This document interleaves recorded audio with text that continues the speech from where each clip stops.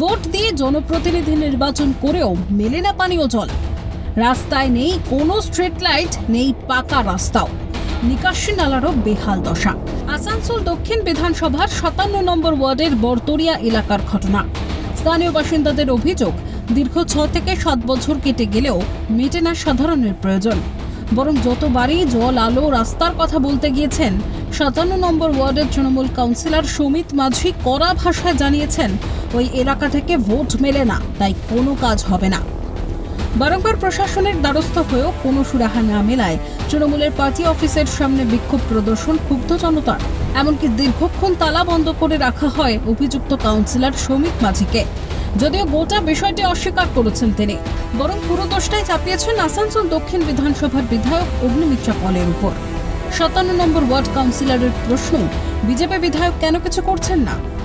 Municipal কর্পোরেশনের 57 নম্বর ওয়ার্ডে বারবার মানুষ ঘেরাও করছে, বারবার মানুষ অবরোধ করছে। মাত্র কিছুদিন আগে কাউন্সিলরকে ঘিরে বিক্ষোভ হয়েছিল এবং আবারও সেই পর্যায়ে পৌঁছেছে। আমাদের একটাই কথা, আমাদের রাস্তা চাই, জল চাই, ঠিক আছে, আর ড্রেন চাই। এটাই একটা কথা, মানে বারবার এটাই আমরা অনুরোধ করে যাচ্ছি। বিগত 6-7 বছর থেকে আমাদের এই কষ্টটা, যবে থেকে আমরা ঘর বানিয়ে এসেছি, এখানে একটা আমাদের কলোনি তৈরি হয়েছে, আমাদেরকে খাবার জলটুকু 700-800 মিটার দূর থেকে নিয়ে যেতে হয়। বারবার আমাদের কাউন্সিলর সাহেবকে বলা হয়েছিল যে একবার এগুলো কিছু ব্যবস্থা করে দিন, কিছু ব্যবস্থা। উনি আজকে কি বলছেন যে না, এত সম্ভব নয় মানে না, বলছেন ওনারা এখান থেকে নাকি ভোট পান না। তাহলে আমরা ভোটটা কোথায় দিচ্ছি? 7 দিন টাইম নিয়েছে ওনারা, আমরা 7 দিন টাইম দিচ্ছি, 7 দিনের পরে দেখা যাবে কি হবে। এবার আমরা তো পথে অবরোধ করবই, আবার যেখানে উঁচু হবে সেখানেও যাবো। ঘেরাও করেছিলেন, একটু রাবিশ ফেলে চুপ হয়ে গেছিলেন উনি। ওনার ওপাশে বসছেন, আবার বাড়ি চলে যাচ্ছেন, আমাদেরকে দেখছেন না, আমজনতাকে দেখছেনই না। কেন দেখছেন না মনে হচ্ছে? উনি বলতে চাইছেন যে আমরা এখানে বড়দের থেকে ভোট পাচ্ছি না। না, এটা ভুল বলছে, এটা সম্পূর্ণ ভুল বলছে। এখানে তো বিধায়ক অগ্নিমিত্রা পাল আছে বিজেপির, ওনার তো টিকি পাওয়া যাচ্ছে না। আপনার কোনা দেখিয়ে দিচ্ছি কোথায় কি কাজ করেছি না করেছি। আমাকে যতটুকু দিবে ততটুকু কাজ তো করছে রে, আমি তো না করার মতন হয়নি। আমি তো 67 লাখ টাকা চিঠি করেছি, একটা 27 লাখ টাকা চিঠি করেছি নিত্যানন্দ পল্লীর, সব জায়গায় আমি চিঠি করেছি।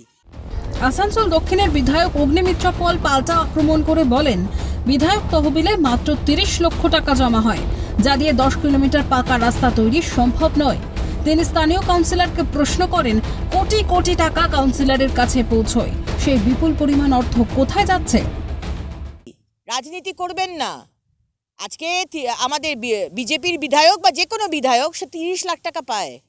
30 লাখ টাকায় কি হয়? কতটুকু রাস্তা হয়? যে রাস্তার কথা বলা হচ্ছে সে রাস্তা প্রায় 8-10 কিলোমিটার ওপর রাস্তা। আসানসোল দক্ষিণের যে পোর্শন সেখানে আপনি কাউন্সিলর, আর কুলটির যে পোর্শন সেখানে উজ্জ্বল চ্যাটার্জি কাউন্সিলর। আপনারা কি করছেন? আপনাদের কাছে কোটি কোটি টাকা আসছে, আপনারা কেন রাস্তা বানাচ্ছেন না? এখন প্রশ্ন হলো, ভোট না পেলে কাউন্সিলর হিসাবে নির্বাচিত হলেন কি করে? তর্কের খাতিরে যদি ধরেও নেওয়া যায় সংশ্লিষ্ট এলাকা থেকে ভোট পাননি স্থানীয় কাউন্সিলর, তা বলে ওই এলাকার মানুষজন নাগরিক পরিষেবা থেকে বঞ্চিত থাকবেন? প্রশ্ন ওয়াকিবহল মহলের। আসানসোল থেকে চিরঞ্জন চট্টোপাধ্যায়ের রিপোর্ট, কালকাটা নিউজ।